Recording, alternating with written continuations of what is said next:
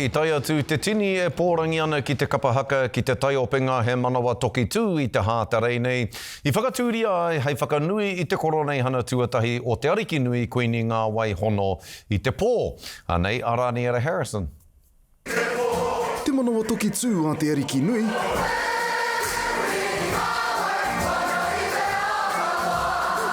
E tino rangatiratanga tiana. Tēnei mea, te ngahau. Ara anō ati ngā kapahaka rongo nui o te motu. Tamariki mai, pakeke mai, a iwi, hoi anō katoa mātou. He kaupapa te kapahaka, he whānau kotahi. E kapi katoa ana te papatākoro matua o Turanga Wāwai i ngā rangi whakatāne.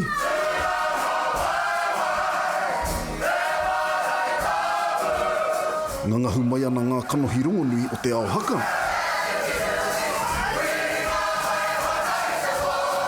E kotahi ana ki te whakakapi ngā whakanuitanga i te koronei hana tuatahi a te ariki nui, koini ngā wai hono i te pō. E tū a iwi, ko tihirau kua tae mai, ko whanokao kua tae mai, ko whakaari kua tae mai, ko taumatau apa nui kua tae mai, ko mātou nā maunga, mātou ngā awa katoa kua tae mai, nā rea ngā katoa, ai whakatutuki, ai te kaupapa o te rai, te kaupapa o tō tātou ariki nui.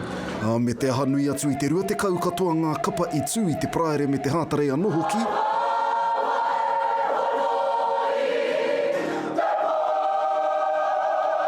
Ko i te hi haere mai ana I ahi tereiria rāno, hono ki te whakangahau, I te kuini. Our team is Te Hoiki Mātangi Rea, based in Sydney, Australia. And that was out the gate. Like, that was really cool. It was cool energy out there. So grateful for our Te Paumanga Tāwhiri whānau, who's been helping us along throughout the whole journey. E ai ki te komiti whakahaere o te konohete, he mahi ngā tahitanga I waenga I ngā tini uepue whai pānga ana.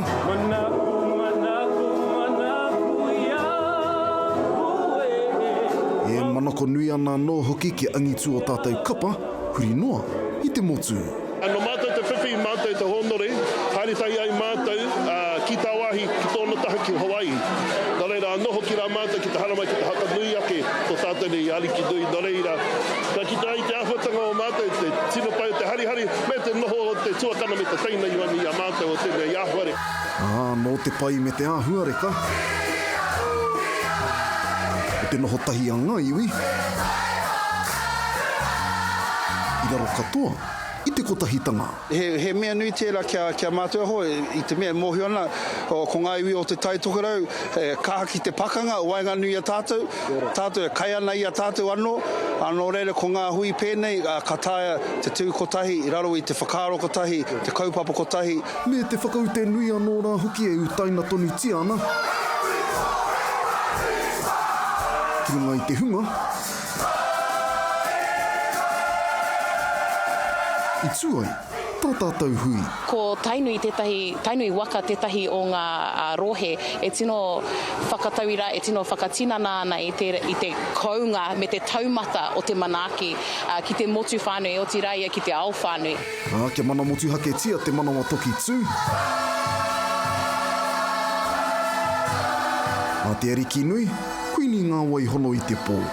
Raniera Harrison. Te karere.